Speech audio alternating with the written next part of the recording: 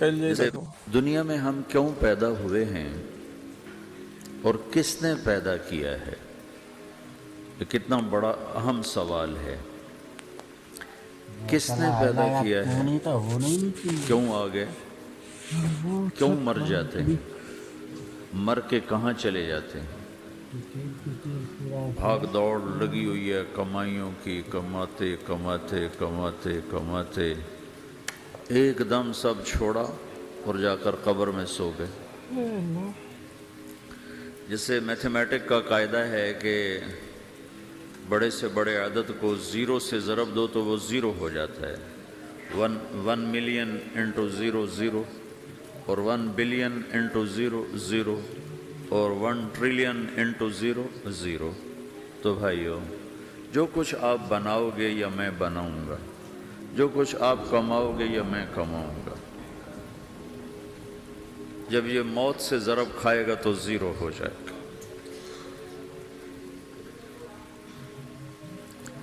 عزت، شہرت، دولت، بلندی انٹو موت زیرو، گمنامی، فقر، ذلت، پستی، موت سے ضرب زیرو، حکومت، وزارت، صدارت، موت سے ضرب لگی زیرو، جھونپڑا، بیماری، غربت، ضرب موت زیرو۔ میں مکہ میں تھا جب ملک فہد مرحوم فوت ہوئے۔ ملک فہد کی بڑی خدمت ہے مسجد نبوی اور حرم کے لیے۔ تو عصر کے بعد جنازہ تھا غائبانہ، تو وہاں اعلان ہوتا ہے الصلاۃ علی المیت۔ جب وہ جنازہ ہوتا ہے تو کہتے ہیں بھائی میت کی نماز کے لیے سب تیار ہو جاؤ۔ تو میرے ذہن میں تھا کہ آج ان کا بادشاہ مرا ہے، اس کو کیا کہیں گے۔ تو عصر کے بعد میں کان کھڑے کر کے بیٹھا ہوا تھا کہ اب یہ کیا اعلان ہوگا۔ ہر نماز کے بعد تو ہم اعلان سنتے ہیں الصلاۃ علی المیت، مردہ کی نماز پڑھو گے۔ میں آج ملک فہد کا جنازہ ہونے لگا ہے تو کچھ تو لمبے چوڑے ساتھ ملائیں گے آگے پیچھے، تو بڑی حسرت ہوئی جب کانوں میں یہ آواز سنی الصلاۃ علی المیت، میت کی نماز۔ مرتے ہی سارے ٹائٹل اڑ جاتے، وہ ملک ہو، وزیر ہو، مولانا ہو، پروفیسر ہو، ڈاکٹر ہو، انجینئر ہو، لائر ہو، وہ بزنس مین ہو، وہ سائنسدان ہو، لیکن جب موت کے ساتھ ضرب لگتی ہے تو زیرو ہو جاتا، اسی وقت سارے ٹائٹل زیرو ہو جاتے۔ اور گھر والے کہتے ہیں ڈیڈ باڈی اٹھاؤ، ڈیڈ باڈی اٹھاؤ۔ کوئی نہیں کہتا ابا کو اٹھاؤ، کوئی نہیں کہتا اماں کو اٹھاؤ، کوئی نہیں کہتا بھائی کو اٹھاؤ، میت اٹھاؤ بھائی، میت اٹھاؤ بھائی، ڈیڈ باڈی اٹھاؤ بھائی۔ ساری زندگی کی محنت اگر یوں ہی ختم ہونی ہے تو اس زندگی کا فائدہ کیا ہے، اس کمانے کا فائدہ کیا ہے، اس بنانے کا فائدہ کیا ہے۔ بنا بنا تھک گئے، کما کما تھک گئے، اور پھر مر کے جا کے اتنی سی جگہ میں جا کے سو گئے۔ اتنا بڑا گھر بنایا اور آخر میں جا کے اتنی سی جگہ میں جا کے سو گئے۔ مٹی کی چادر اوڑھی اور مٹی میں مٹی ہو کر قبر کا نشان بھی ختم ہو گیا۔ سب سے بڑا دنیا کا فتح کرنے والا چنگیز خان گزرا ہے، اس کی قبر کا نشان آج تک معلوم نہیں کہاں ہے۔ تو اب یہ میں نے سوال اٹھایا ہے کہ ہمیں کس نے بنایا، ہمیں کیوں بنایا، ہم سے کیا چاہتا ہے، موت کیا چیز ہے، موت کے بعد کچھ ہے یا زیرو ہے۔ ان سوالوں کا جواب دنیا میں کسی کے پاس کوئی نہیں۔ اتنا انسان ترقی کر گیا، خلاؤں کو ڈھونڈ لیا، سمندر کے نیچے دیکھ لیا، پہاڑوں کے اندر اتر کے دیکھ لیا، 6 کلومیٹر نیچے جا کر تیل نکال لیا، خزانے نکال لیے، اور کتنا آسان سا سوال ہے، مجھے کس نے پیدا کیا ہے؟ پتہ کوئی نہیں۔ کیوں پیدا کیا ہے؟ پتہ کوئی نہیں۔ مر کیوں جاتے ہیں؟ پتہ کوئی نہیں۔ موت کسے کہتے ہیں؟ میڈیکل سائنس میں موت کسے کہتے ہیں؟ اس کے 200 جواب ہیں کہ موت شاید یہ ہے، شاید یہ ہے، شاید یہ ہے، شاید یہ ہے، اور اس میں سے ایک بات بھی ٹھیک نہیں، کیونکہ انسان کا علم یہاں آ کے ختم ہو جاتا ہے۔ 4 مہینے کے بعد زندگی کیسے شروع ہو جاتی ہے؟ بچہ کیوں حرکت میں آ جاتا ہے؟ وہ کیوں اس کے اندر زندگی دوڑنے لگتی ہے؟ وہ 4 مہینے کے بعد کیا ہوتا ہے؟ کیا چیز اندر جاتی ہے جس سے یہ سب کچھ ہو جاتا ہے؟ پھر ایک دم انسان چلتا پھرتا ختم ہو جاتا ہے، اندر میں سے کیا نکلا ہے؟ پھر جب اس کو ہم قبر کے سپرد کر رہے ہیں، ہندو جلا دیتے ہیں، ہم زمین میں دفن کر دیتے ہیں، یہودی عیسائی زمین میں دفن کرتے ہیں، ہندو جلا کے راکھ بنا دیتے ہیں، سکھ جلا دیتے ہیں، تو یہ سب کہاں چلے جاتے ہیں؟ راکھ بن کے اڑ گئے، کہاں گئے؟ مٹی میں جا کے بھی مٹی ہو گئے، کچھ عرصے کے بعد قبر کھودو تو تھوڑی سی مٹی پڑی ہوگی اور کچھ بھی نہیں۔ تو اتنے بڑے اہم سوالات ہیں، ان کا جواب ڈھونڈے بغیر اگر مر گئے تو بڑے گھاٹے میں جائیں گے۔ جو لوٹ آئیں تو کچھ کہنا نہیں، بس دیکھنا انہیں غور سے، جنہیں منزلوں پہ خبر ہوئی کہ یہ راستہ کوئی اور تھا۔ ساری زندگی چل چل چل چل چل، جب پہنچے جسے منزل سمجھا تھا وہاں پہنچے تو پتہ چلا میں تو غلط آ گیا، واپس جانے کا وقت ہی کوئی نہیں، شام ہو چکی۔ تو بھائیو، ان سوالوں کا جواب بنانے والے نے خود دیا ہے۔ اتنی بڑی کائنات ہے، کس نے بنائی؟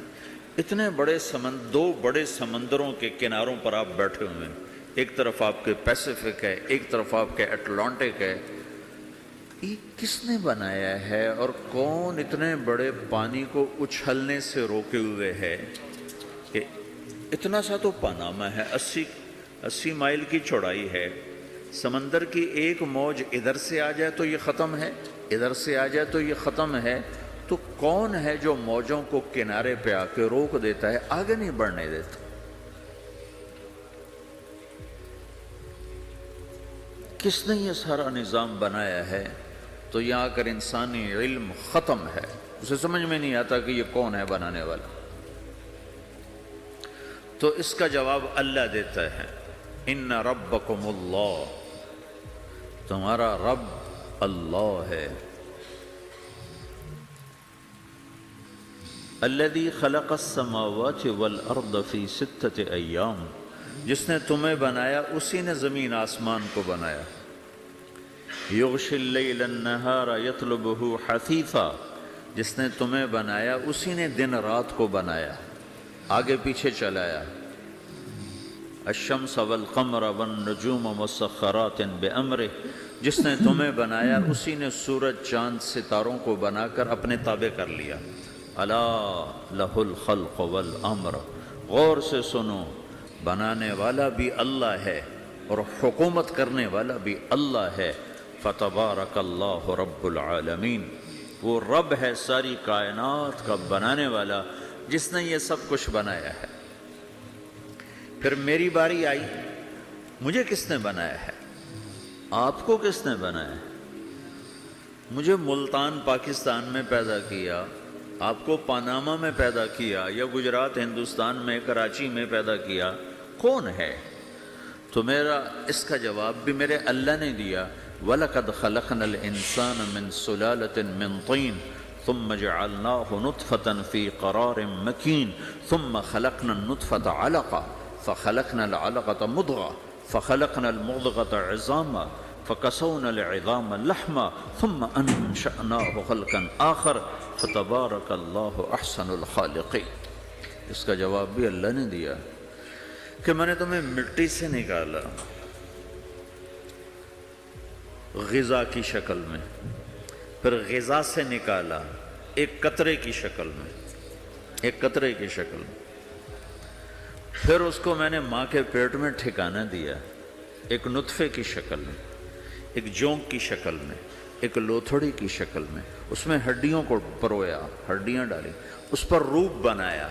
تم روشنی میں چیز بناتے ہو، تمہارا رب 3 اندھیروں میں بناتا ہے، اور ایک وقت میں کروڑوں بچے بنا رہا ہے، کسی ایک کا آئی شیڈ دوسرے کے ساتھ مل نہیں رہا، کروڑوں بچے بنا رہا ہے، کسی ایک کے کان دوسرے کے کان کے جیسے نہیں بنا رہا، کسی ایک کی انگلی دوسرے کی انگلی جیسی نہیں بنا رہا، ہر ایک الگ الگ بنا رہا ہے، حتیٰ کہ اندر کا جو سسٹم ہے وینز کا، وہ بھی ہر ایک کی الگ الگ اللہ تعالیٰ نے راستے بنائے ہیں، کسی ایک کا بھی اندر کا سسٹم بھی ایک جیسا نہیں بنایا۔ ایک وقت میں اتنے کروڑوں بچے بناتا ہے اور کہیں خطا نہیں کھاتا، تو کہتا فتبارک اللہ احسن الخالقین، دیکھا تمہارا رب کیسا خوبصورت ہے بنانے والا۔ تو جواب اللہ نے دیا ہے کہ اس کائنات کا بنانے والا اللہ ہے۔ پھر اللہ نے ایک اور طرح ہمیں سمجھایا، سوال اٹھایا، امن خلق السماوات والارض، اچھا تم ہی بتا دو زمین آسمان کس نے بنائے ہیں؟ وَأَنزَلَ لَكُم مِّنَ السَّمَاءِ مَاءً، یہ روزانہ پاناما پہ بارش کون کرتا ہے؟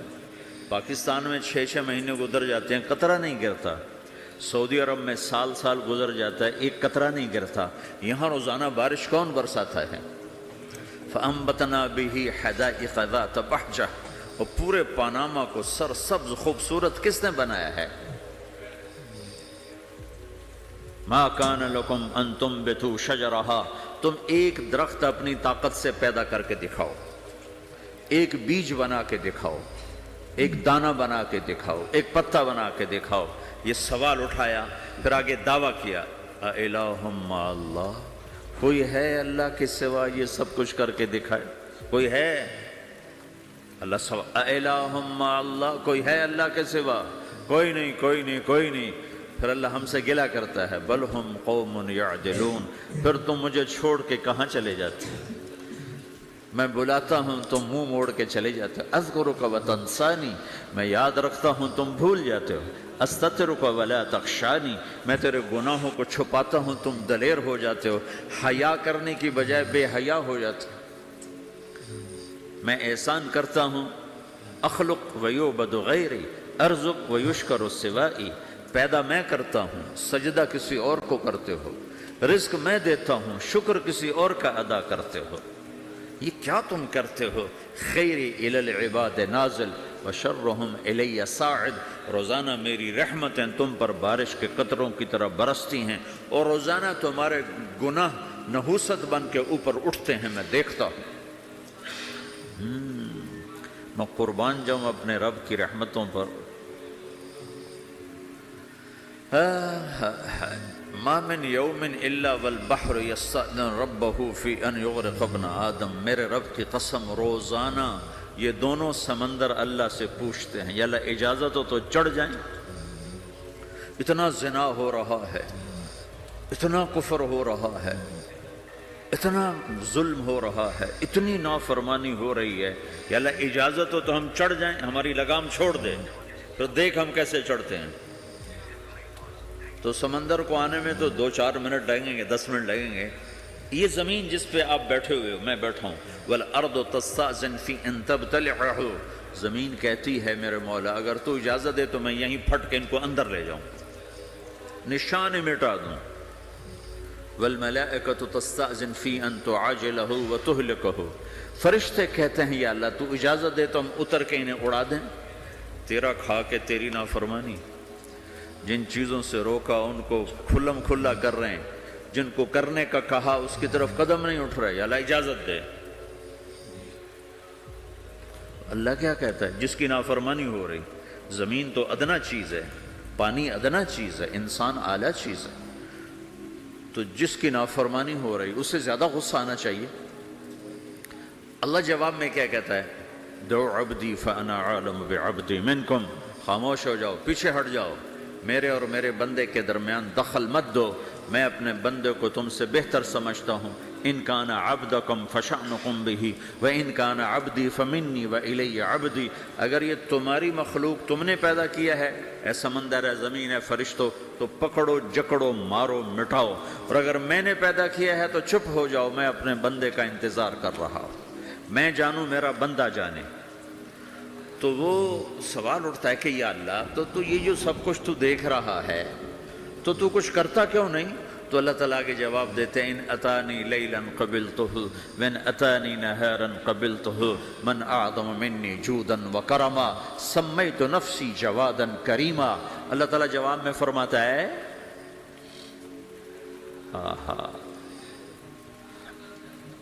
کہ میں اس بندے کی توبہ کا انتظار کر رہا ہوں، جس رات یہ توبہ کرے گا میرے دروازے کھلے دیکھے گا، جس دن یہ توبہ کرے گا میرے دروازے کھلے دیکھے گا، جوانی میں توبہ کرے گا میری رحمت تیار ہے، بڑھاپے میں توبہ کرے گا میری رحمت تیار ہے۔